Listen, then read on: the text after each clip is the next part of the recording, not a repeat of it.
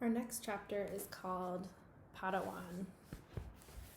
That night, I cut off the little braid on the back of my head. Dad noticed first. "Oh, good," he said. I never liked that thing. Via couldn't believe that I had cut it off. "That took you years to grow," she said, almost like she was angry. "Why'd you cut it off?" "I don't know," I answered. "Did someone make fun of it?" "No." "Did you tell Christopher you were cutting it off?" "We're not even friends anymore." "Well, that's not true," she said. "I can't believe you would just cut it off like that," she added snottily, and then practically slammed my bedroom door shut as she left the room. I was snuggling with Daisy on my bed when Dad came to tuck me in later. He scooched Daisy over gently and lay down next to me on the blanket, and we remembered that Daisy is his dog. "So, Augie Doggy," he said, "it really was an okay day?" He got that from an old cartoon about a dachshund named Augie Doggy, by the way. He had bought it for me on eBay when I was about 4, and we watched it a lot for a while, especially in the hospital. He would call me Augie Doggy, and I would call him Dear Old Dad, like the puppy called the dachshund Dad in the show. "Yeah, it was totally okay," I said, nodding.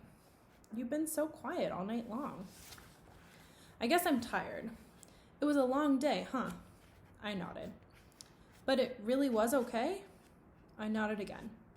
He didn't say anything, so after a few seconds, I said, "It was better than okay, actually." "That's great to hear, Augie," he said quietly, kissing my forehead. "So it looks like it was a good call that Mom made. You're going to school." "Yeah, but I could stop going if I wanted to, right?" "That was the deal, yes," he answered. "Though I guess it would depend on why you wanted to stop going too, you know? You have to let us know, and you have to talk to us and tell us how you're feeling, and if anything bad was happening, okay? You promise you'd tell us?" "Yeah." "So, can I ask you something? Are you mad at Mom or something? You've been kind of huffy with her all night long. You know, Augie, I'm as much to blame for sending you to school as she is." "No, she's more to blame. It was her idea," I said. Mom knocked on the door just then and peeked her head inside my room. "Just wanted to say goodnight," she said. She looked kind of shy for a second. "Hi, Mama," Dad said, picking up my hand and waving it at her.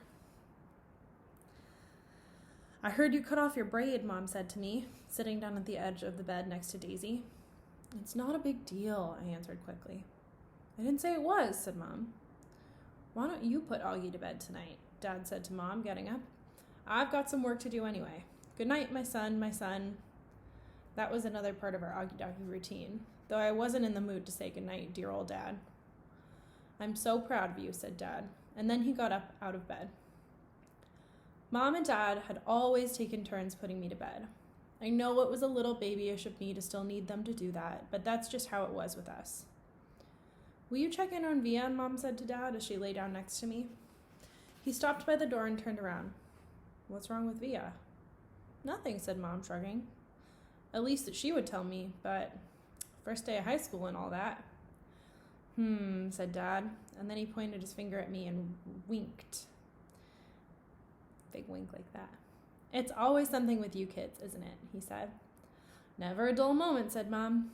"Never a dull moment," Dad repeated. "Good night, guys." As soon as he closed the door, Mom pulled out the book she'd been reading to me for the last couple of weeks.